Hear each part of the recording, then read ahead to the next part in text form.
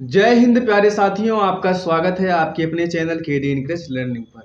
तो प्यारे साथियों, उपस्थित हुए हैं मोस्ट इम्पोर्टेंट क्वेश्चन की श्रृंखला को, जो कि मैराथन चलेगी केमिस्ट्री के मोस्ट इम्पोर्टेंट पार्ट को, जो कि सभी एग्जाम में railway group D, railway NTPC और रेलवे टेक्नीशियन जैसे एग्जामों में पूछे गए प्रश्न हैं और आशा करते हैं आगे भी पूछे जाते रहेंगे, क्योंकि ये मोस्ट पॉपुलर क्वेश्चन है। जितने भी क्वेश्चन है सारे क्वेश्चन सेलेक्टिव है, सारे क्वेश्चन इंपॉर्टेंट है।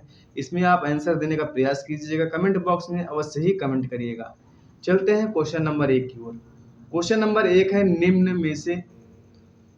निम्न में कौन ऑक्सीकरण नहीं है? तो इसमें से कौन सा ऑक्सीकरण नहीं है?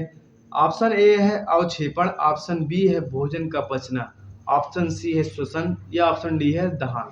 तो इसमें से आपका राइट आंसर हो जाएगा ऑप्शन ए अवक्षेपण। आपका राइट आंसर क्या हो जाएगा? ऑप्शन ए अवक्षेपण। आगे बढ़ते हैं अगले क्वेश्चन की ओर। क्वेश्चन नंबर 2 की ओर चलते हैं। क्वेश्चन नंबर 2 है, नमक के घोल में सिल्वर नाइट्रेट का घोल डालने पर दही जैसे पदार्थ उत्पन्न होता है, यह कौन सी अभिक्रिया है? तो इसमें आपको बताना है ये कौन सी अभिक्रिया है। सिल्वर नाइट्रेट का घोल डालने पर दही जैसे पदार्थ उत्पन्न होता है, तो जो है ये कौन सी अभिक्रिया है नमक के घोल में? तो इसमें ऑप्शन है विस्थापन, ऑप्शन बी है जो है उदासीनीकरण, ऑप्शन सी है संयोजन या ऑप्शन डी है अवक्षेपण। तो प्यारे साथियों, इसमें आपका राइट आंसर हो जाएगा उदासीनीकरण। इस अभिक्रिया को क्या कहते हैं भैया? तो उदासीनीकरण कहते हैं। आगे बढ़ते हैं अगले क्वेश्चन की ओर। अगला क्वेश्चन है क्वेश्चन नंबर 3, देख लीजिए। संचरण किस प्रकार की अभिक्रिया है? तो संचरण जो है ऑप्शन ए अपचयन अभिक्रिया है, ऑप्शन बी है अवक्षेपण अभिक्रिया है, ऑप्शन सी उपचयन अभिक्रिया है या ऑप्शन डी संयोजन अभिक्रिया है। तो इसमें से आपका राइट आंसर हो जाएगा ऑप्शन सी उपचयन अभिक्रिया है। आगे बढ़ते हैं अगले क्वेश्चन की ओर। क्वेश्चन नंबर 4 की ओर चलते हैं। क्वेश्चन नंबर 4 है, किसी रासायनिक अभिक्रिया में ऑक्सीजन के अनुपात का बढ़ना क्या कहलाता है? तो इसमें आप आंसर देने का प्रयास कीजिए और बताइए कि क्या होगा। अपचयन अभिक्रिया होगा, उपचयन अभिक्रिया होगा, ऊष्माशोषी अभिक्रिया होगा या विस्थापन अभिक्रिया होगा? तो प्यारे साथियों, इसमें आपका राइट आंसर हो जाएगा उपचयन अभिक्रिया होगा। आगे बढ़ते हैं अगले क्वेश्चन की ओर। क्वेश्चन नंबर 5 की ओर चलते हैं। क्वेश्चन नंबर 5 है, निम्न में कौन सी अभिक्रिया के युग्म हमेशा साथ साथ रहते हैं? संयोजन और विघटन, अवक्षेपण और विस्थापन, उदासीनीकरण और विस्थापन या ऑक्सीकरण और अवकरण? तो इसमें आपका राइट आंसर हो जाएगा उदासीनीकरण और विस्थापन। आगे बढ़ते हैं अगले क्वेश्चन की ओर। क्वेश्चन नंबर 6 की ओर चलते हैं। क्वेश्चन नंबर 6 है, सोडियम हाइड्रोक्साइड और हाइड्रोक्लोरिक अम्ल की अभिक्रिया से सोडियम क्लोराइड और जल बनते हैं, यह कौन सी अभिक्रिया है? उदासीनीकरण, विघटन, संयोजन या अवक्षेपण? तो प्यारे साथियों, इसमें से आपका राइट आंसर हो जाएगा उदासीनीकरण। आगे बढ़ते हैं अगले क्वेश्चन की ओर। क्वेश्चन नंबर 7 की ओर चलते हैं। क्वेश्चन नंबर 7 देखते हैं इसमें क्या है। किसी अभिक्रिया में भाग लेने वाले पदार्थ क्या कहलाते हैं? किसी अभिक्रिया में भाग लेने वाले पदार्थ क्या कहलाते हैं? प्रतिफल, अवकारक, अभिकारक, आक्सीकारक? तो इसमें से प्यारे साथियों आपका राइट आंसर हो जाएगा अभिकारक। आगे बढ़ते हैं अगले क्वेश्चन की ओर। क्वेश्चन नंबर 8 की ओर। जितने भी क्वेश्चन है सारे क्वेश्चन सेलेक्टिव हैं, सारे क्वेश्चन इंपॉर्टेंट हैं और एग्जाम में पूछे गए प्रश्न हैं। आपको आ रहा है तो आंसर देने का प्रयास कीजिए, नहीं तो क्वेश्चन को समझिए, देखिए और याद कर लीजिए। ऐसे ही क्वेश्चन एग्जाम में पूछे जाते हैं। इससे न सरल पूछा जाता है, न इससे ज़्यादा कठिन पूछा जाता है। क्वेश्चन नंबर 8 है, श्वसन किस प्रकार की अभिक्रिया है? तो इसमें आपका राइट आंसर हो जाएगा ऊष्माक्षेपी अभिक्रिया है। आगे बढ़ते हैं अगले क्वेश्चन की ओर। क्वेश्चन नंबर 9 की ओर चलते हैं। अगला क्वेश्चन है, प्रबल अम्ल और दुर्बल क्षारक से बने लवण का पीएच मान क्या है? तो भैया इसमें आपका राइट आंसर हो जाएगा 7 से कम होता है। प्रबल अम्ल और दुर्बल क्षारक से बने अम्ल या अन्य? तो ये तो वेरी सिंपल क्वेश्चन है और एग्जाम में बार बार पूछा जाता है। तो इसमें से आपका राइट आंसर हो जाएगा लैक्टिक अम्ल। लैक्टिक अम्ल जो है दूध में पाया जाता है। आगे बढ़ते हैं अगले क्वेश्चन की ओर। अगला क्वेश्चन है क्वेश्चन नंबर 12। क्वेश्चन नंबर 12 है, किसी अम्ल में मुख्य रूप से एक परमाणु अवश्य मौजूद रहता है जो धातु से अभिक्रिया कर एक गैस उत्पन्न करता है। तो प्यारे साथियों, इसमें से आपका राइट आंसर हो जाएगा एक परमाणु जो है मौजूद रहता है, सॉरी एक हाइड्रोजन। आगे बढ़ते हैं अगले क्वेश्चन की ओर। अगला क्वेश्चन है क्वेश्चन नंबर 13 है, वे पदार्थ जिनके स्वाद खट्टा होते हैं और जो नीले लिटमस पेपर के घोल को लाल बना देता है, जो नीला लिटमस पेपर को लाल बना देता है और स्वाद में खट्टा होता है, भैया वो क्या है? तो इसमें से आपका राइट आंसर हो जाएगा ऑप्शन ए अम्ल। ऑप्शन ए अम्ल इसमें आपका राइट आंसर हो जाएगा। आगे बढ़ते हैं अगले क्वेश्चन की ओर। क्वेश्चन नंबर 14 की ओर चलते हैं। क्वेश्चन नंबर 14 है, जल में घुलनशील भस्म क्या कहलाते हैं? क्षारक, क्षार, संक्षारण या क्षरण? तो इसमें से आपका राइट आंसर हो जाएगा क्षार।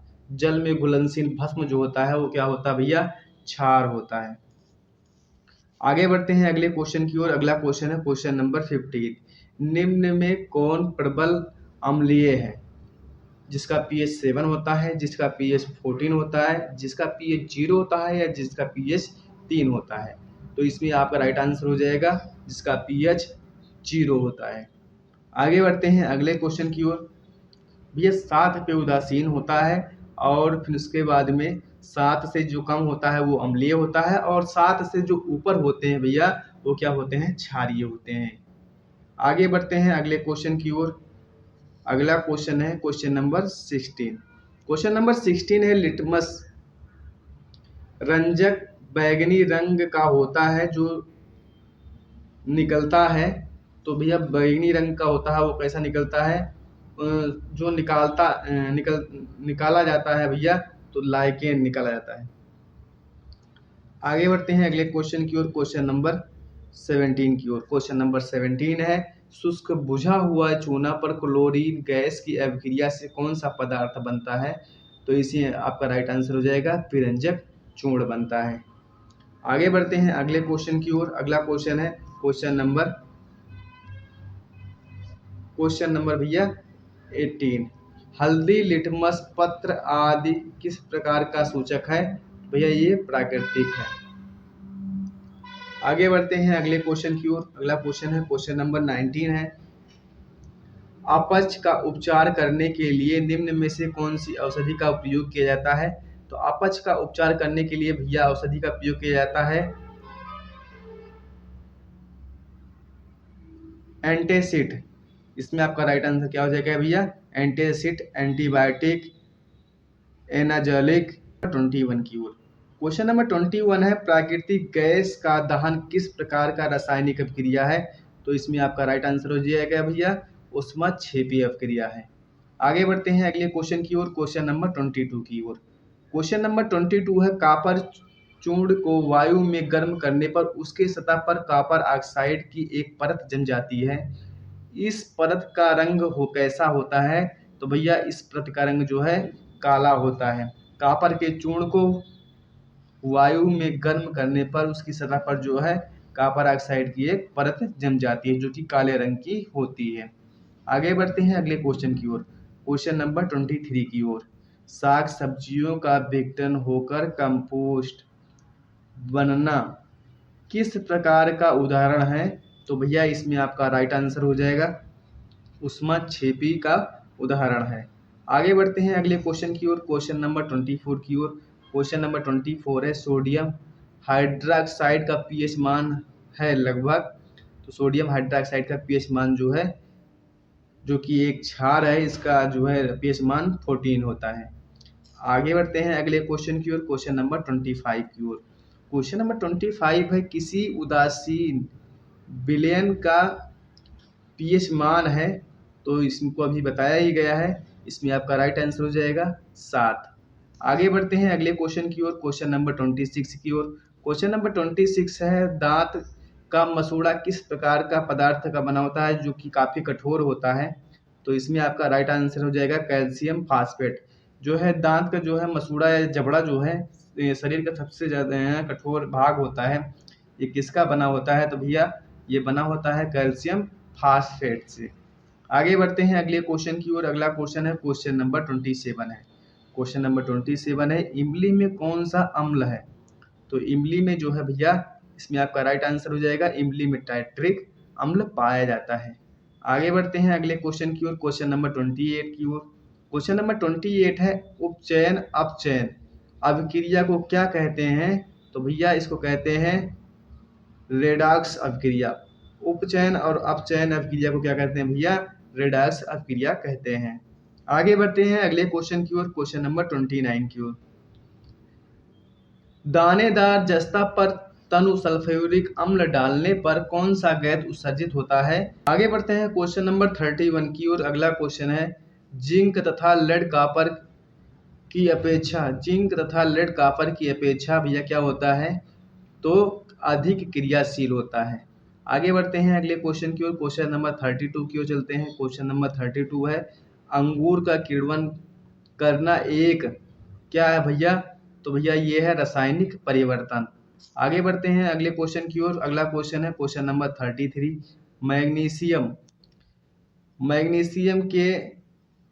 मैग्नीशियम के रिबन के दहन होने पर किस प्रकृति का लौह उत्सर्जित होता है? तो इसमें आपका राइट आंसर हो जाएगा श्वेत चमकदार लौह उत्सर्जित होता है।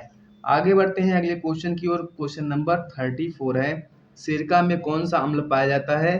तो सिरका में भैया एसिटिक अम्ल पाया जाता है। सिरका में एसिटिक अम्ल पाया जाता है, लैक्टिक अम्ल दूध में पाया जाता है, साइट्रिक अम्ल जो है भैया ये नींबू में पाया जाता है। आगे बढ़ते हैं अगले क्वेश्चन की ओर, और टाइट्रिक अम्ल भैया इमली में पाया जाता है, जो कि भी आपको बताया गया है। क्वेश्चन नंबर 35 है, निम्न में से कौन विजातीय यौगिक है? तो इसमें आपका राइट आंसर हो जाएगा प्लास्टर ऑफ पेरिस। आगे बढ़ते हैं अगले क्वेश्चन की ओर। अगला क्वेश्चन है क्वेश्चन नंबर 36 की ओर। क्वेश्चन नंबर 36 है, नींबू के रस का पीएच मान लगभग होता है? तो 2.2 होता है। आगे बढ़ते हैं अगले क्वेश्चन की ओर। अगला क्वेश्चन है क्वेश्चन नंबर 37 की ओर चलते हैं। क्वेश्चन नंबर 37 है, मधुमक्खी के डंक मारने पर किस पदार्थ से उपचार करना लाभकारी है? मधुमक्खी अगर जो है डंक मारती है मधुमक्खी अगर डंक मारती है तो किस चीज़ का जो है, किस पदार्थ को जो है उस पर लगाना चाहिए? तो इसमें आपका राइट आंसर हो जाएगा बेकिंग सोडा को उस पर लगाना चाहिए। आगे बढ़ते हैं अगले क्वेश्चन की ओर। अगला क्वेश्चन है 38। क्वेश्चन नंबर 38 है, मुंह साफ करने के लिए किस प्रकार के मंजन का व्यवहार करना चाहिए जिससे दांत क्षय से रोका जा सके? तो इसमें आपका राइट आंसर हो जाएगा क्षारीय दंत मंजन का प्रयोग करना चाहिए। आगे बढ़ते हैं अगले क्वेश्चन की ओर। क्वेश्चन नंबर 39, निम्न में से कौन सा जो है आधातु विद्युत का सुचालक है?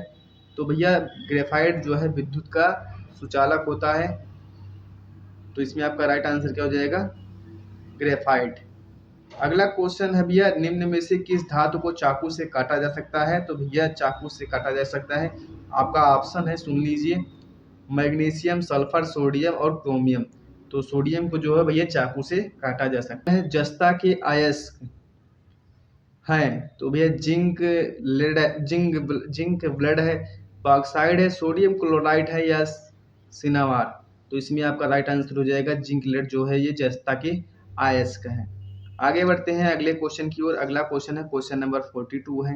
क्वेश्चन नंबर 42 है, एल्यूमिना का विद्युत अपघटन करने पर एनोड पर कौन सी गैस जमा होती है?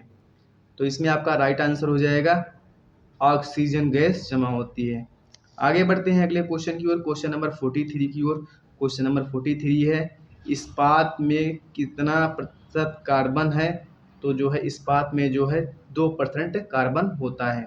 आगे बढ़ते हैं अगले क्वेश्चन की ओर। Question number 44। क्वेश्चन नंबर 44 है, कौन सी धातु है जो अधिक ताप पर भी ऑक्सीजन से अभिक्रिया नहीं करती है? तो जो है इसमें आपका राइट आंसर हो जाएगा सोना जो है ये कितना भी ताप किया जाए तो ये भी किसी ऑक्सीजन से क्रिया नहीं करती है। तो आपका बी जो है राइट आंसर हो जाएगा। इसीलिए जो है कान में जो अगर किसी को पकता है तो औरतें जो है क्या करती हैं भैया, सोने का जो है पहनती हैं, बाली वगैरह। आगे बढ़ते हैं अगले क्वेश्चन की ओर, क्वेश्चन नंबर 45 की ओर।